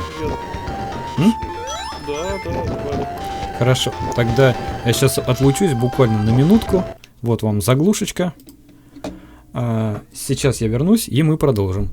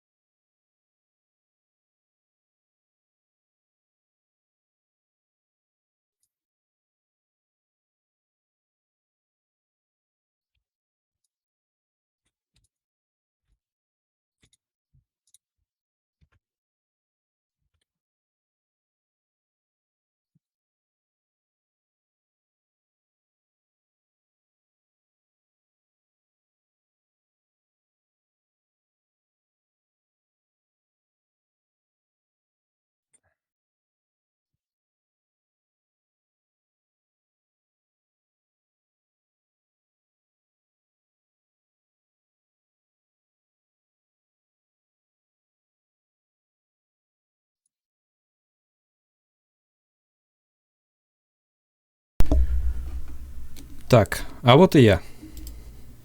Понеслась. Так, Ром, ну что, как нас видно, как нас слышно? Есть кто живой? Да, вроде нормально, все. Отлично. Да, Пошли. есть. Да что? Ну что такое?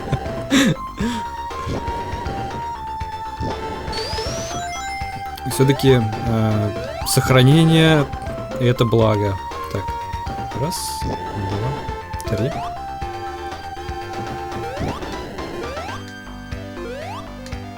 Эти платформы, в них сложность в том, что они снизу непроходимы в своем собранном состоянии, то есть это крыша. И пролетать сквозь них надо в момент их вращения. Ой, пила. Да, блин, отпустите меня. Что?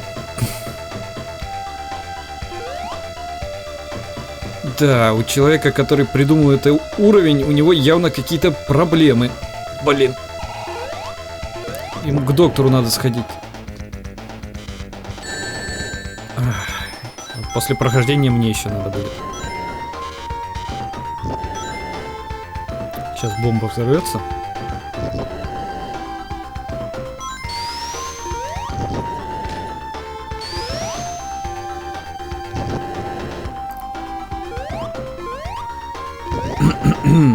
Так вот, возвращаясь к нашей Sega. Ну, точнее, не нашей. Что же с ней такого? Даже не так. Что в ней такого особенного, про что стоит рассказать? На самом деле, много про что. На самом деле, вы, наверное, не знали, но Sega в один год с Super Famicom, с Famicom, а это Dendy, если кто не знал, так в Японии называется. А Dendy — это вообще неофициальный продукт, а пиратская консоль. В общем, еще в 83-м выпустила свою консоль, называлась она Sega SG-1000.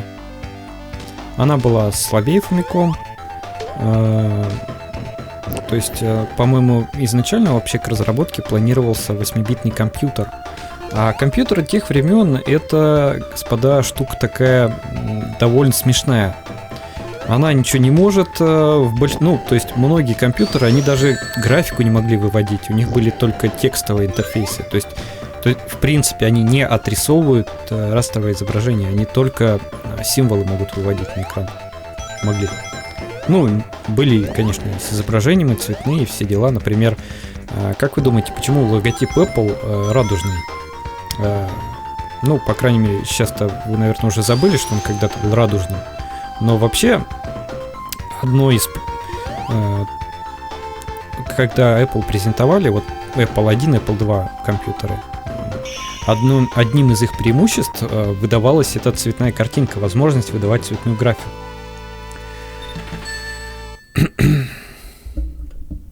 Вот. Ой, сейчас будет... Сейчас нас Эгман сбросит в этот... Я забыл, как уровень называется. Да, 3-ю зону. Ребята, я вынужден вам кое в чем сознаться. Дело в том, что я не умею проходить финального босса. Вообще. То есть у меня, во-первых, уже 2 жизни осталось и 3 продолжения. Ну, это вообще-то 9 жизней в сумме, но... Опа.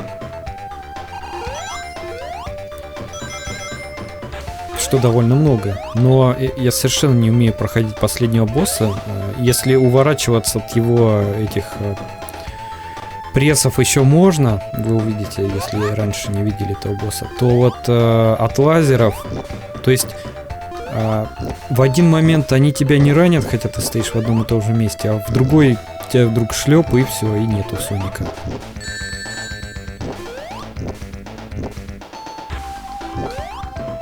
А сейчас у меня еще и колечек нет. О, колечки. Ух!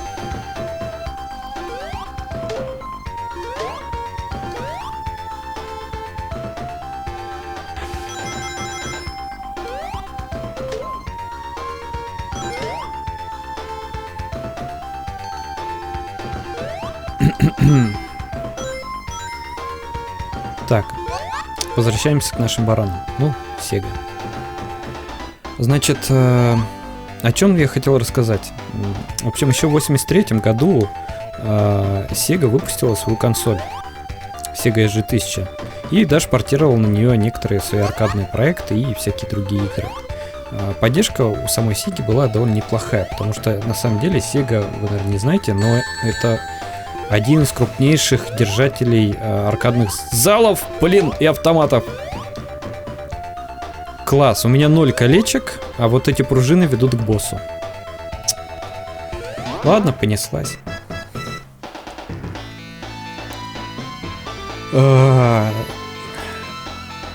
Ребят, давайте я немножко отложу свою историю, потому что сейчас мы будем умирать на боссе. Опа! Да, началось. А вот эти лазеры, о которых я говорил. И работник, он появляется в одном из этих прессов. И попробуй еще угадай, в каком. Я сегодня перед эфиром поэкспериментировал, потому что думал, может, он в определенных все время появляется. Но нет. По крайней мере, все мои заходы он появлялся в совершенно разных местах. Может быть, в американской версии это не так. Но я играю сейчас японскую, потому что она немного более доработанная. И кроме того, мой личный картридж, он был в комплекте с мегадрайвом для Азия PAL региона. То есть это как бы PAL картридж и PAL консоль, но версия игры на ней японская.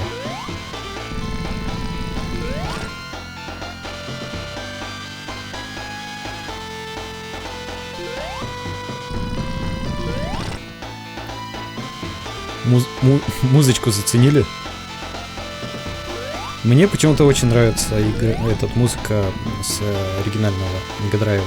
Ну, не вся. Стоит заметить, что преснопамятный звуковой движок Gems, который Технопоп сделали, который в очень многих играх используется, он довольно дурацкий. Гудящий, там пердящий, извиняюсь за выражение. В нем довольно трудно разобрать вообще, какие инструменты играют. Вы видели? Я не умер.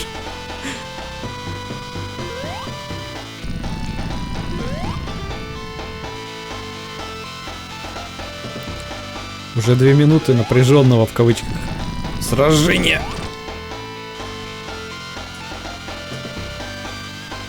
Так, опа. Да чтоб тебя. Ну, не успеваю. Вот. И этот звуковой движок-то так себе. На самом деле, единственный, кто его нормально использовал, это авторы Comic Zone. Да, Comic Zone там свой саундтрек еще не кислый написали. Победа. И... Ага, стоять. Опа. Кстати, здесь можно этого работника не сбивать, и он тогда на целом своем драндулете улетит. Ну все, господа, победа. Жму ваши мужественные руки, вы выдержали целых почти 2 часа моего бубнижа. Я не знаю, как вы это сделали, вы герои, ребят. И вот он, финальный экран. Несмотря на то, что все изумруды не собраны. 5, по-моему, да? 5 мы собрали из 6. В первой части 6 изумрудов. Наслаждаемся титрами под незатейливую мелодию. Кстати, мелодию с титров в игре слышать нельзя. Ну, то есть в игровом процессе. Вот. И мелодии забавно, они подстроены так, что переходят плавно одну в другую.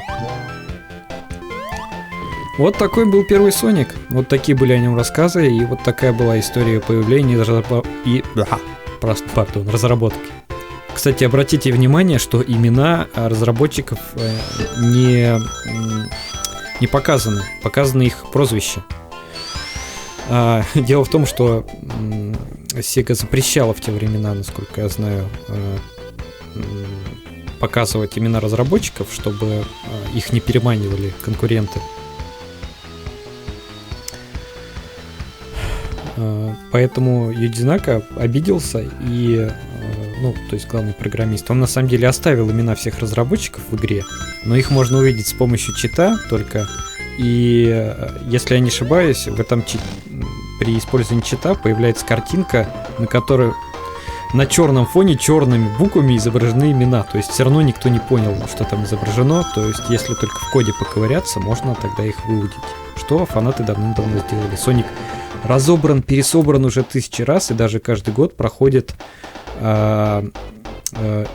SHDC, по-моему, называется Sonic Hacking Contest. Это мероприятие, посвященное хакам первого, ну не первого, а вообще Соника.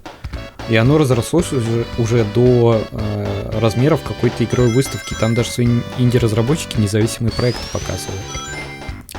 Вот мы сейчас досматриваем титры до конца. И все. Вот, try again. Остался один изумруд у работника. Жаль, что мы на последнем уровне сели на шипы. Ну, точнее, я сел на шипы. А если быть еще более точным, Соник. И не удалось все собрать. Пришло время прощаться. Мне было весело. Возможно, я единственный, кому было весело. Если вам понравилось, то пишите. Может быть, когда придете на других эфирах, говорите об этом. И я постараюсь в пятницу, допустим, в следующую или в какую-нибудь другую организовать еще какой-нибудь ретро-эфир. К сожалению, с таким же омерзительным качеством. Так что уж не судите строго.